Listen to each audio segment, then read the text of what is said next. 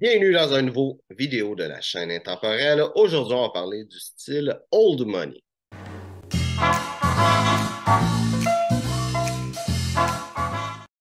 Donc, le style Old Money, qu'est-ce que c'est? Vraiment, il faut comprendre deux choses avec ce style-là, ou deux concepts à comprendre pour bien comprendre ce style-là.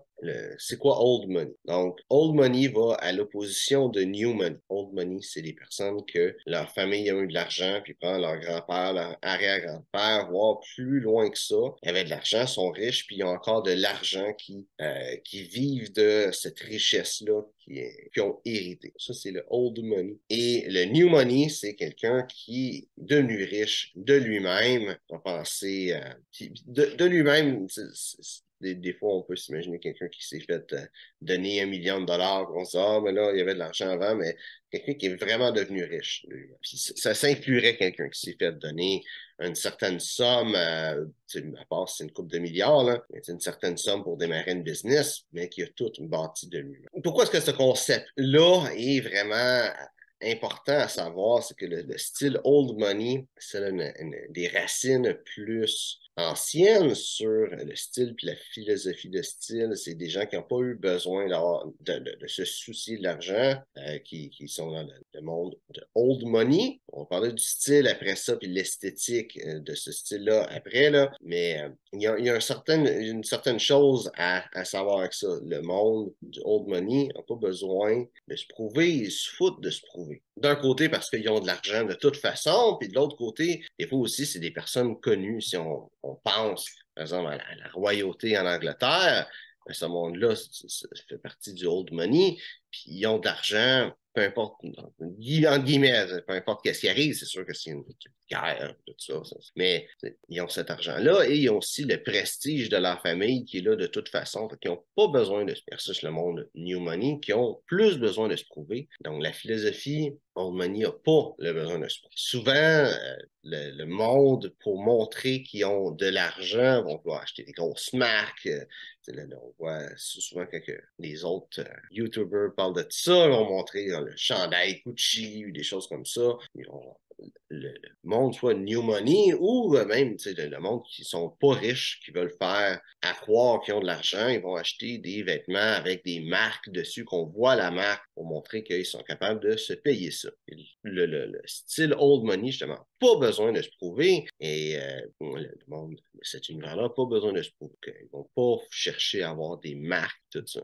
C'est une première chose à savoir. Une autre chose qui est importante à savoir sur le style old money, c'est le concept du luxe silencieux. Ils appellent ça quiet luxury en anglais. Donc, le luxe silencieux, c'est très simple à expliquer. Donc, d'un côté, j'ai dit de montrer, pas besoin de montrer, c'est de flasher ou de montrer, par exemple, j'ai un exemple du chandail avec le logo Gucci dessus, mais ça, c'est, si on veut, du luxe bruyant, d'avoir des marques dessus. Donc, le luxe silencieux va être dans le matériel utilisé.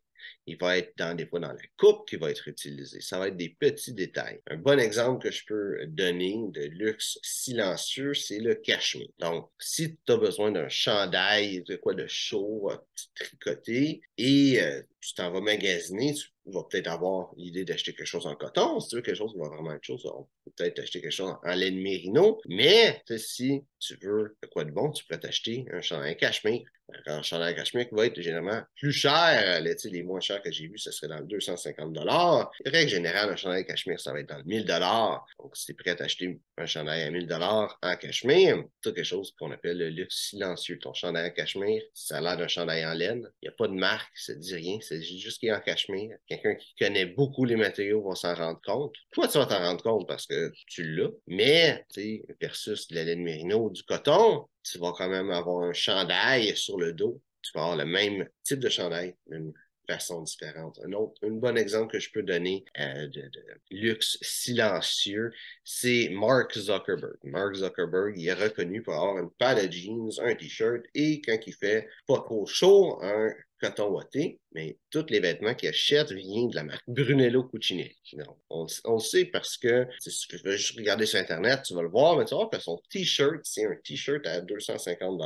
Il y a un T-shirt gris normal, rien de spécial. Il est probablement un mélange coton-cachemire ou quelque chose comme ça. Il prend plus que juste un T-shirt en coton. Mais ça, c'est le luxe silencieux. C'est d'avoir de quoi? De luxueux, mais sans avoir besoin de dire. Mark Zuckerberg, on dirait qu'il achète ses vêtements de n'importe où. On dirait pas qu'il s'achète des vêtements de luxe quand on regarde comment il s'habille, mais son ensemble, là, jeans, t-shirt, coton ouaté, vaut quelques milliers de dollars. Donc, qu'est-ce que c'est? Le style old money, c'est de rechercher justement ce luxe silencieux-là.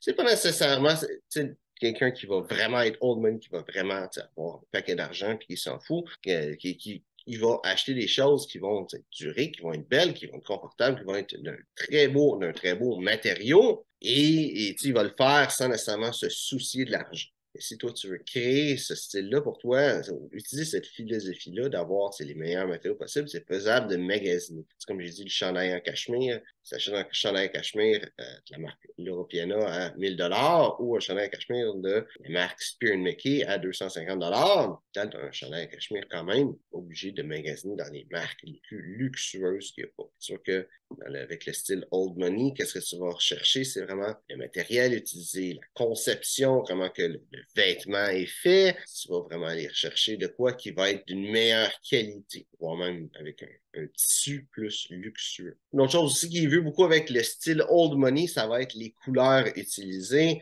Généralement, les couleurs qu'on voit, ça va souvent être des couleurs moins voyantes, sans que ça reste avec l'idée du luxe silencieux. C'est des couleurs dans les teintes de gris, du blanc, du bleu, mais sans nécessairement être un bleu flash. C'est du bleu marin, du bleu pâle pour des chemises, du beige, du brun, du vert olive. Ça, souvent, c'est du olive ou du vert forêt. Ça va être souvent des couleurs qu'on va voir dedans. L'esthétique old money, le but du style old money, vient un petit peu aussi de la philosophie anglaise qui est de pas nécessairement se faire remarquer par ses vêtements, mais d'avoir juste les vêtements qui supportent qui on est. Pour que les gens se souviennent de toi, pas nécessairement de tes vêtements. Donc, c'est pas mal ça pour le style old money. Qu'est-ce que c'est? Une chose que je voudrais rajouter, c'est que j'aime beaucoup la philosophie en arrière de ça, d'acheter qu'est-ce qu'il y a de mieux. Des fois, on n'a pas nécessairement le budget d'acheter qu'est-ce qu'il y a de mieux, mais je pense que la bonne chose à faire, c'est d'acheter qu'est-ce qu'il y a de mieux avec le budget qu'on a. Donc, si tu achètes déjà de quoi, le but, c'est pas nécessairement de payer le moins cher possible parce qu'il y a un certain point où si tu payes pas cher, tu n'auras pas de la qualité. Si tu n'auras pas de la qualité, tu n'auras pas le confort. C'est juste avec le doublure puis le tissu utilisé, c'est en polyester, tu ne vas pas être confortable, tu vas avoir chaud, tu vas suer, tu ne vas pas être bien, tu ne vas pas aimer qu'est-ce que tu portes, la qualité, ça va être moins beau aussi. Tu vois moins précis qu'est-ce que tu as versus si tu achètes de quoi d'un petit peu mieux, même sans nécessairement de vraiment y aller complètement fou puis d'acheter tout ce que tu es capable le plus cher possible. L'idée, c'est pas nécessairement de payer le plus cher possible non plus. L'idée, c'est de payer le moins cher possible avec la meilleure qualité possible puis trouver ce petit juste milieu-là. Comment tu es prêt à payer pour quelque chose, puis qu'est-ce que tu es prêt à accepter comme qualité aussi. L'idée en arrière de ça, c'est aussi que si tu achètes de quoi d'une belle qualité, qui va être justement, qui va être confortable, qui va être beau, mais qui va être aussi durable, va justement pouvoir te durer plus longtemps si tu entretiens tes vêtements, tes souliers, tout ça, de façon à ce qu'ils durent plus longtemps. Mais si tu as déjà un matériel qui fait que ça va durer plus longtemps, parce que c'est déjà de meilleure qualité, ben, il va durer de base beaucoup plus longtemps qu'un vêtement que tu vas payer moins cher. Si tu achètes une paire de souliers, ben, tu achètes une paire de souliers Stacy Adams à 150 $, puis cette paire de souliers-là te dure 1 an, 2 ans,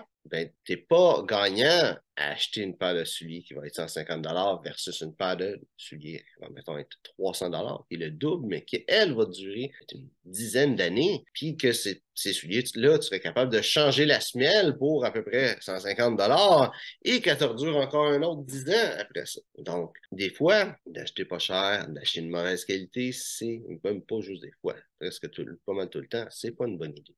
C'est mieux d'acheter une belle qualité, de quoi de bon, de payer un peu plus, mais d'investir un petit peu là-dedans, plutôt que de juste payer quelque chose de pas cher mais qui ne vaut pas grand-chose non plus. Donc, j'espère que tu as aimé la vidéo. Si c'est le cas, like, partage. Si tu as des questions sur le style classique masculin, mets ça dans les commentaires, ça me fera plaisir de te répondre. Donc, merci d'avoir regardé la vidéo et on se voit une prochaine fois.